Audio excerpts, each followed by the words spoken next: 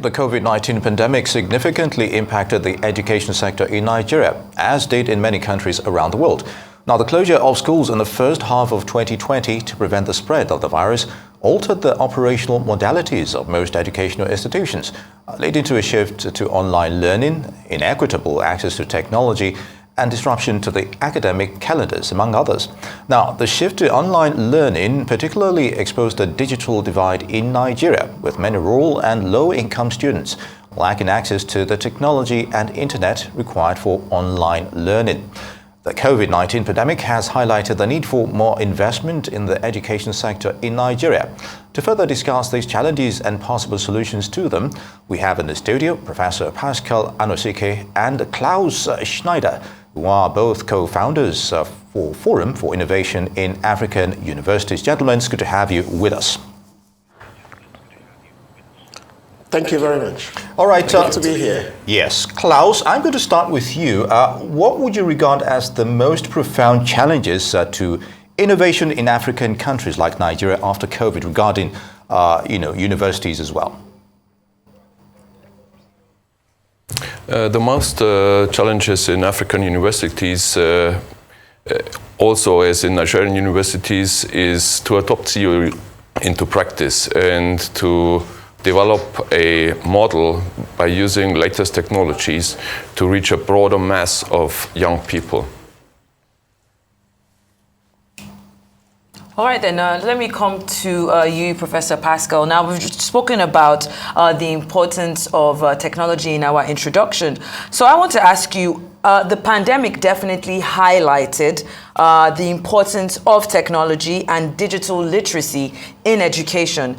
In what ways can we use these two things, innovation and technology, to ensure that we can bridge that digital divide, especially in a country like Nigeria, where we have a lot of out-of-school children that don't have access to even the basic amenities, light, electricity, the internet, and the rest. How do we bridge that gap?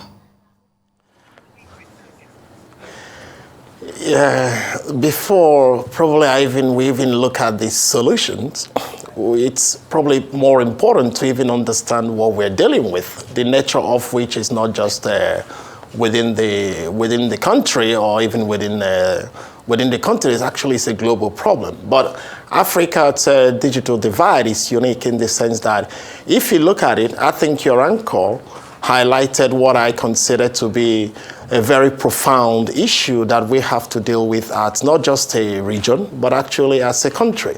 So if you look during COVID, when a lot of universities were actually migrating their teaching online, the percentage of that migration that occurred in places like Europe was about 85%, whereas in Asia, that I put around 65 to 87%.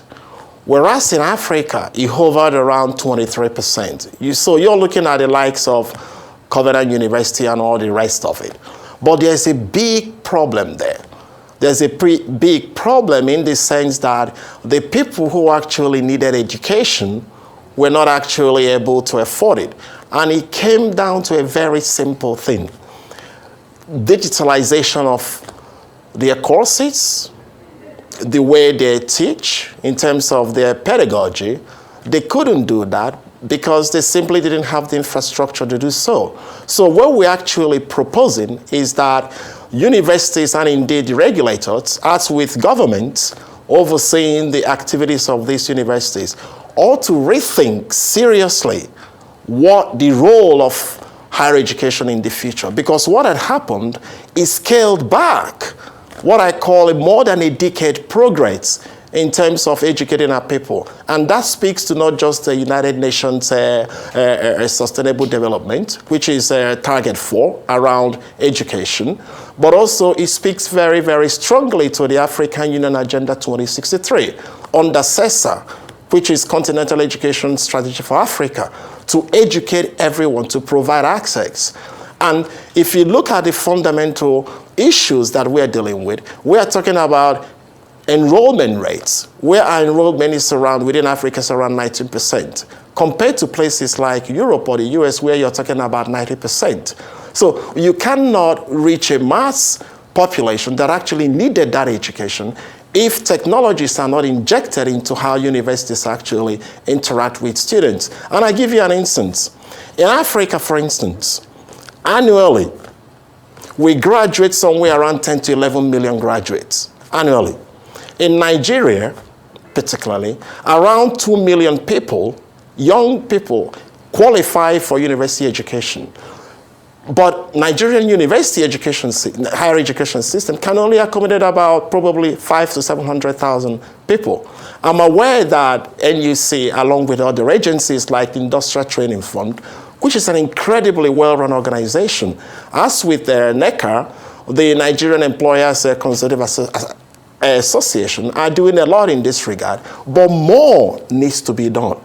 We cannot leave it to government or to some of these agencies. Hence, I felt it's important to really create the conditions that allow private sector to actually come in. And I think that is where the forum is actually having a conversation with its agencies, with its stakeholders, to have a serious conversation around what we can do as a country, but also as a continent, to how we transition into digitalizing how world we actually feed our students. So we've brought together stakeholders across all of these multi-sector stakeholders of higher education to have a serious debate, discuss issues that face the sector, but more importantly, begin to make serious commitment around providing solutions, mobilizing resources, building trust, and also supporting people that have the power to push forward new ideas, working with local stakeholders. So Nigerians and indeed Africans have to be in the driver's seat of the regions and indeed the nation's destiny around higher education. And I think I have my colleague here who is come from Germany, and he's talking about those sort of investments that is actually appropriate to begin to forensically, surgically tackle the issues that we face within the sector. Very good, Professor Anosike. And it's interesting you should mention the fact that there's limitation regarding the number of openings for Nigerian universities for graduates or would-be graduates, as it were. But Klaus, if you don't mind me asking you, African universities have been blamed somewhat in churning out unemployable graduates over time, even before COVID and of course afterwards. So is your forum filling this gap? How are you assisting in this regard?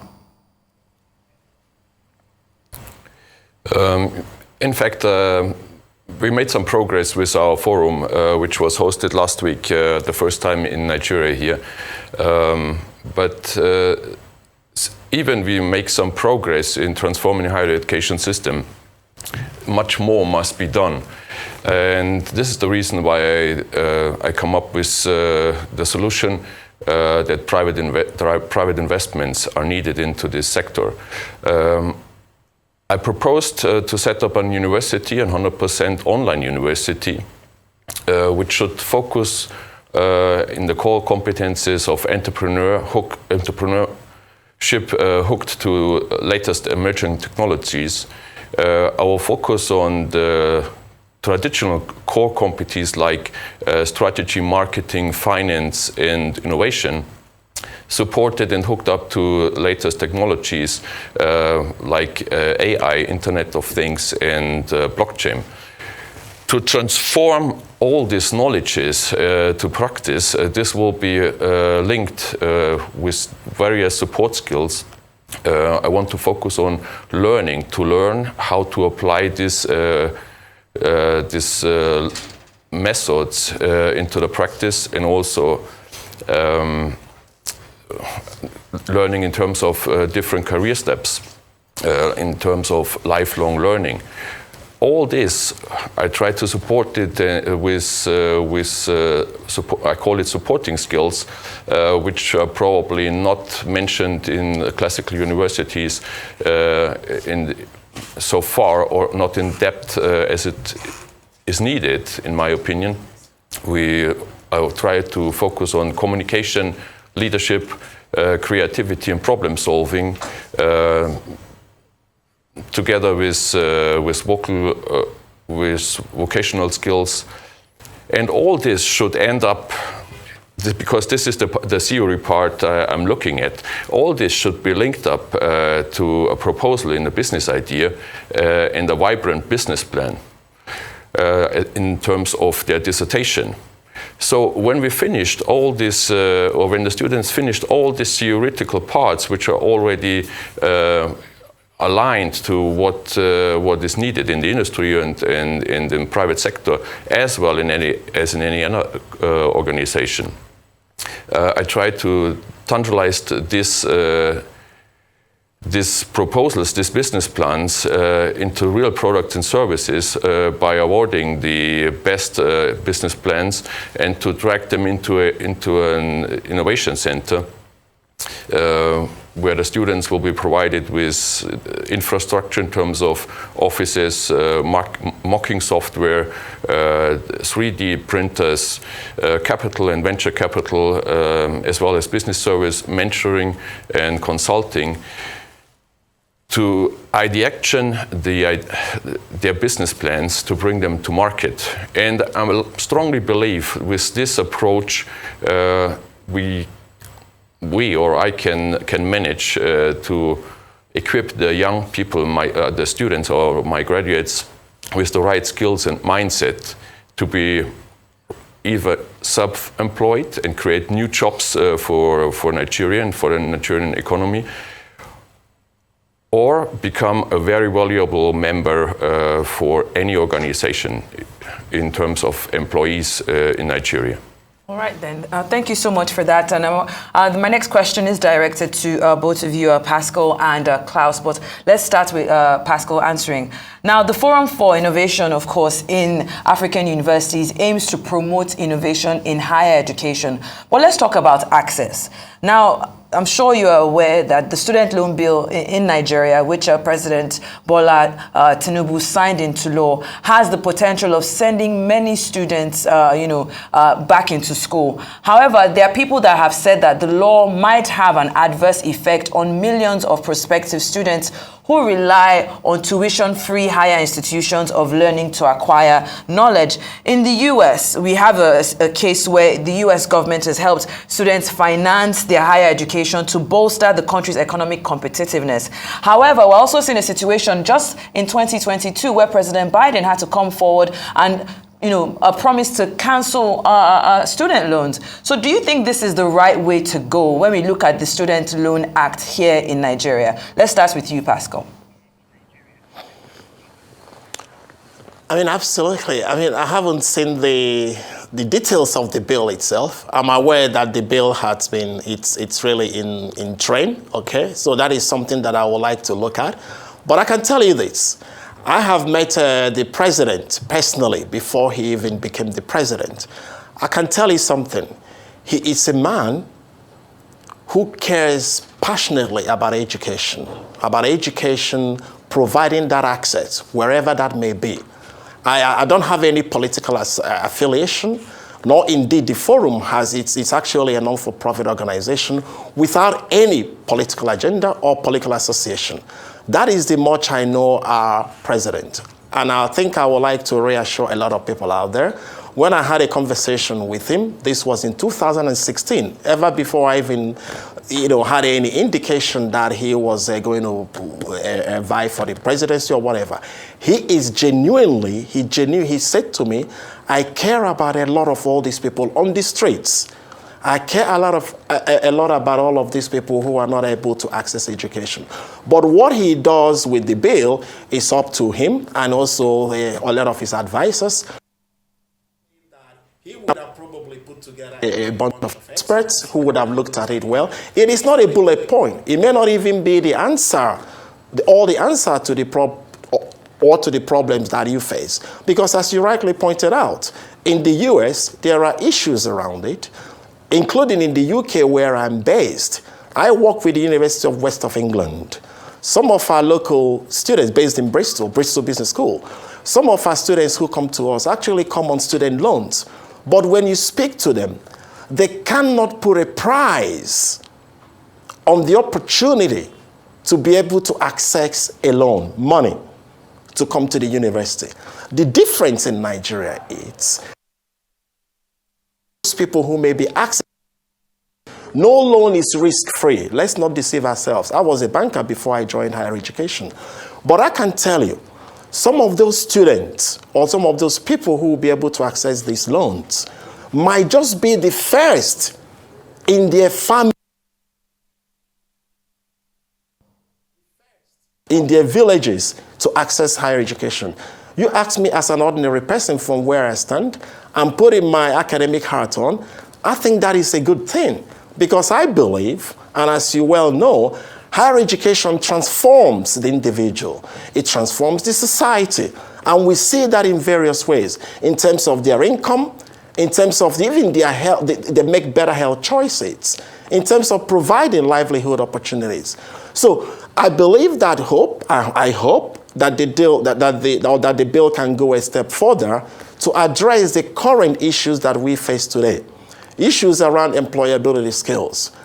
Issues around what I call graduate skills attainment gap, where we have a lot of our graduates. So just as we are providing access for them to make an entry easy to enter universities, we should also be thinking seriously about what happens when they do graduate.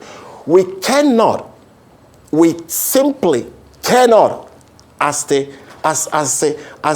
global frontier, leading Africa, a big region. Africa, as you know, is the next global frontier anyway, behind China. Nigeria, a lot of countries, I meet a lot of people across Africa, even in Europe, they look up to Nigeria. We simply cannot. We have the resources. Nigerians are some of the most intelligent people across the world. We cannot have a situation whereby we have our graduates riding Okada. I arrived Lagos. The taxi driver who picked me up was a graduate. He was just paid, probably he's been paid pittance. You could argue that, yes, he has a job, but that is what I call underemployment. So we need to also equally create access simultaneously that ensures that the knowledge and the diet that our students are fed in school actually equips them beyond theorizing, equips them with vocational skills. And I think that's where perhaps organizations like Industrial Training Fund are probably doing a great job. And I'm aware that the National Universities Commission are taking this seriously. You can see what Professor Rashid did, who is the past immediate executive secretary of the NUC. Professor Rashid has done a brilliant job of opening that space up so that the incoming administration can make the best use of it by working with not just universities to look at how they reconfigure, provide what I call the nutritional values in terms of the core skills that Klaus was highlighting. Leadership skills, the core competencies that they need in terms of problem-solving skills, real practical hard stuff that you can find within the vocational sector. I know that is what the DG of ITF is promoting, Sir Joseph Are. I'm aware, I've been speaking to him, I understand that's what he's doing. But we can even go further by perhaps looking at some of the proposals that my colleague is proposing. I was listening to him speak. I think some of the things that he is actually proposing, we just have to look at it. But I also believe as a Nigerian, he has to work with local stakeholders to see how that can actually come about. Working with people like the National Universities Commission to understand what the guideline says in terms of people coming in here.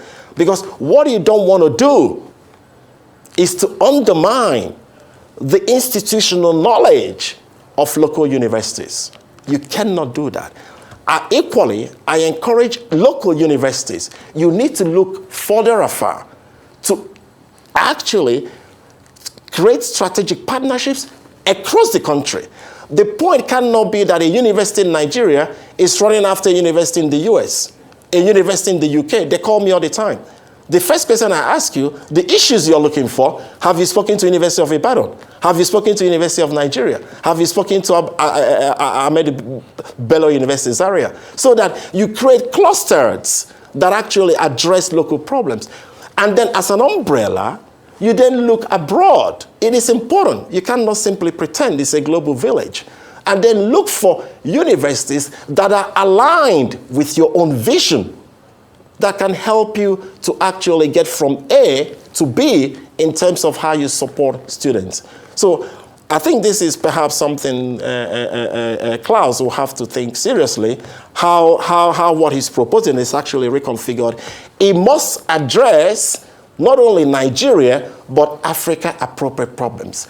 And he must allow Nigerians, or indeed Africans, to be at the forefront of shaping the strategy of what he is proposing. And I think perhaps NUC is more than ever before positioned to be able to help him to achieve that. Very good, Professor Anosike. But Klaus, I want you to address this based on what he just said regarding clusters and, of course, global village aspect of Nigerian universities, as it were. But when it comes to global ratings, Nigerian universities are at the lower end of the rung of the ladder, and that's not too encouraging, as it were. So what must be done to encourage this, and of course to overcome this scenario vis other universities abroad?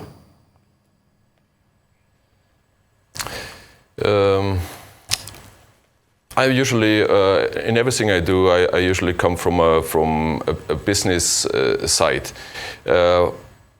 Definitely, if you look at it, doesn't matter which business, you always try to analyze the market, you try to compete with or you make a market analysis, and you look at your competitors and where are their core competences, where are their USP, their unique selling points, and then you try to adopt it. You try to figure out where you can do better with them to get corporate advantage. And I think the higher education system